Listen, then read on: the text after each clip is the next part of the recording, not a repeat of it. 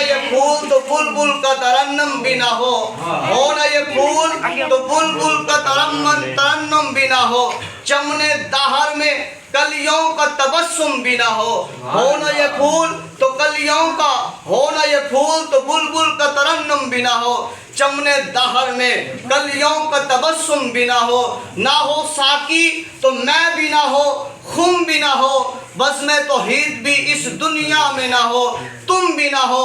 فرمایا خیمہ افلاک کا استادہ اسی نام سے ہے، خیمہ افلاک کا استادہ اسی نام سے ہے، نبض ہستی تبش امادہ اسی نام سے ہے۔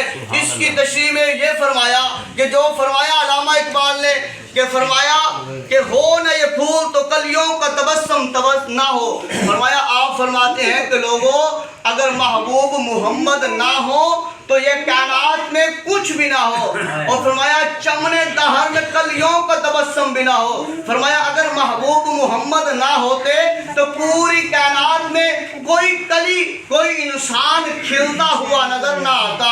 فرمایا اگر محبوب محمد نہ ہوتے تو نہ ہوتا یہ ساقی، یعنی کہ کوئی پلانے والا، پانی پلانے والا کوئی بھی نہ ہوتا۔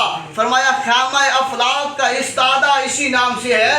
آپ فرماتے ہیں لوگوں دیکھو آسمان کسی ستون کے ساتھ نہیں کھڑا، زمین کے ساتھ آسمان اٹیچ نہیں ہے، یہ کھڑا کیسے ہے؟ پوچھا کیسے کھڑا ہے؟ شاعر مشرق فرماتا ہے کہ خیمہ افلاک کا استادہ اسی نام سے ہے۔ فرماتے ہیں کہ لوگوں سنو محمد مصطفیٰ کی وجہ سے یہ آسمان کھڑا ہے، اگر محبوب محمد نہ ہوتے تو یہ آسمان ٹوٹ جاتا، یہ بکھر جاتا، یہ ریزہ ریزہ ہو جاتا۔ فرمایا نبض ہستی